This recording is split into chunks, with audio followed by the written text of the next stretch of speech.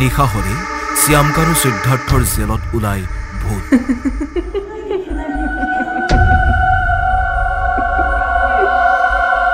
বিকট চিঞৰত কঁপি উঠে বাক্সাৰ নিকাচি জেল জেলৰ ভিতৰৰ খবৰ দিলে ৰাজ্যৰ মুখ্যমন্ত্ৰীয়ে জুবিন গাৰ্গৰ ৰহস্যজনক মৃত্যুৰ গোচৰত কাৰাবন্দী হৈ আছে শ্যামকানু মহন্ত আৰু সিদ্ধাৰ্থ শৰ্মা কাৰাবন্দী হৈ আছে শেখৰজ্যোতি গোস্বামী আৰু অমৃতপ্ৰভা মহন্ত বন্দিত্বৰ জীৱন পাৰ কৰা আটাইকেইগৰাকী অভিযুক্তক লৈ দেওবাৰে সংবাদমেলত প্ৰতিক্ৰিয়া প্ৰকাশ মুখ্যমন্ত্ৰীৰ অসমবাসীৰ পৰা এটা ধন্যবাদ লাগে মুখ্যমন্ত্ৰীক তদন্ত প্ৰক্ৰিয়াক লৈ প্ৰায় উত্থাপন কৰা বিৰোধী শিবিৰক সমালোচনা কৰি মুখ্যমন্ত্ৰীয়ে ক'লে কোনগৰাকী ডিজিপি আৰু বিশ্ববিদ্যালয়ৰ ভিচিৰ ভাতৃক 3 মাহ পৰ্যন্ত কাৰাবাসত ৰখাৰ নজিৰ আছে কেইবাটাও উদাহৰণ দাঙি মুখ্যমন্ত্ৰীয়ে ক'লে এয়া একমাত্ৰ হিমন্ত চৰকাৰৰ বাবে সম্ভৱপৰ হৈছে যাৰ বাবে ৰাজ্যবাসীৰ পৰা এটা ধন্যবাদ বিচাৰিলে মুখ্যমন্ত্ৰীয়ে তেওঁলোকে শ্যামকানু মহন্ত আৰু কি নাম তাৰ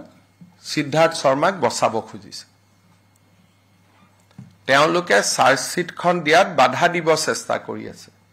এটা তেওঁলোকে কৈছে এটো এমইএ ইনকুৱাৰী কৰিব লাগে এমইএ কি পুলিচ নেকি তাৰ মানে যি সকলে অসম গৱৰ্ণমেণ্টৰ ইনকুৱাৰীটোক বাধা দি আছে তেওঁলোকে কি বিচাৰিছে আমি হাত দাঙি দিও তেতিয়াতো সঞ্জীৱ কি নাম সিদ্ধাৰ্থ শৰ্মা শ্যামকানুতে বেলে পাই যাব আমি বুলি আজি 3 মাহ ধৰি ৰাখিলো নহলে আজিলৈকে কোন ডাঙৰ মানুহ জেলত 3 মাহ কোন চৰকাৰে ধৰি ৰাখিব পাৰিছে মোক ককচোন কোনবা ডিজিপিৰ ভাইকক কোনবা ভাইস চেঞ্চেলৰ ভাইকক কেতিয়া অসমৰ হিষ্ট্ৰী 3 মাহ জেলত ধৰি ৰাখিছে কৰবি দুবৰীৰ হত্যাকাণ্ড হৈছে গুৱাহাটীৰ মাজমজিয়াত দুগৰাকী কৈ মাক জীয়েকক গুৰুম গুৰুম কৰি মাৰা হৈছিল কাকুতো 3 মাহ আজিলৈকে ধৰি ৰাখিব পৰা নাই গতিকে মুকটো আপোনালোকে ধন্যবাদ দিব লাগে যে মই আজিলৈকে ওলাই আহিব দিয়া নাই মই যিখিনি চেষ্টা কৰি আছো কিমান সফল হৈছো না জানো কিন্তু মইতো অভূতপূৰ্ব চেষ্টা কৰিছে 3 মাহত চাৰ্জশিট দিয়া ৰেকৰ্ড আছে নেকি সিংগাপুৰ পুলিচতকৈ আগত আমি চাৰ্জশিট দিম সিংগাপুৰে দিব 18 তাৰিখে আমি দিম 12 তাৰিখে আজি 3 মাহ হৈ গল আগতে মোক কি কোৱা হৈছিল যে তেওঁলোকৰ লগত ভাল এতিয়া কোনে উলালে বাৰে বাৰে ইনকুৱাৰীটো বেয়া বুলি কোনে কৈ আছে বাক্সাৰ কাৰাগাৰত কেনেদৰে দিন পাৰ কৰিছে শ্যামকানু সিদ্ধাৰ্থই এই খবৰো দিলে মুখ্যমন্ত্ৰীয়ে মহৰ উৎপাতৰ বিপৰীতে নাই আঠুৱা প্ৰচণ্ড শীতত ফ্লৰত শুবলগীয়া হৈছে দুয়ো তদুপৰি মুখ্যমন্ত্ৰীয়ে ক'লে নিশা হলে ভূত প্ৰেত আত্মাৰ বিকট চিঞৰত জীৱন পাৰ কৰিছে দুই অভিযুক্তই আজি 3 মাহ যে সিদ্ধাৰ্থ শৰ্মা শ্যামকানু শৰ্মা মাটিত শুই আছে যিবিলাকে ৰিজৰ্টত পঠোৱা বুলি লিখিছিল আজিলৈকেতো কোৱা নাই যে আমাৰ ভুল হৈছিল মুখ্যমন্ত্ৰীক এনেকে গালি পাৰাটো ভুল হৈছিল তাতে ভূত ওলাই ভাবে ৰাতি চিঞৰ বাখৰ হয় মহৰ আঠুৱা দিয়া নাই মোবাইল ফোন দিয়া নাই খাব ভালকৈ পোৱা নাই জেলৰ যি নিয়মতকৈ এটা টুকুৰা ৰুটি ভালকৈ খাব দিয়া নাই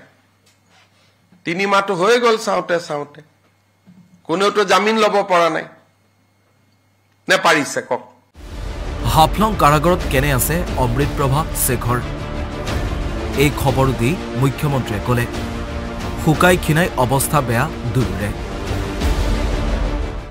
কালি মই উমৰাংশত যাওঁতে এছপি সুধিছিলো পৰহি তাতে দুটা আছে কেনেকে আছে বোলে ছাৰ এনেকুৱা হৈ গৈছে গতিকে আপোনালোকে অলপ মোৰ ফালেও চাব যে মই